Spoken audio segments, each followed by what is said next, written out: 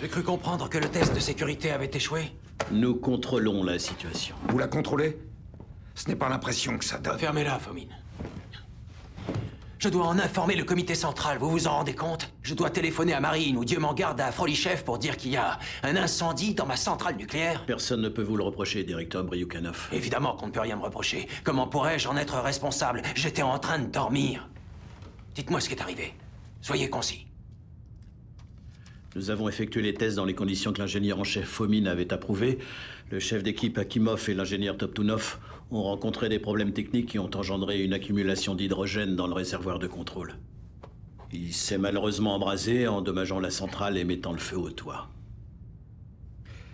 Le réservoir est assez grand. C'est la seule explication logique.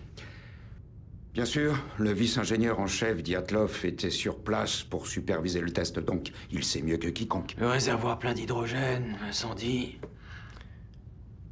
Et le réacteur? Nous avons pris des mesures pour assurer une arrivée d'eau régulière dans le cœur. Et côté radiation?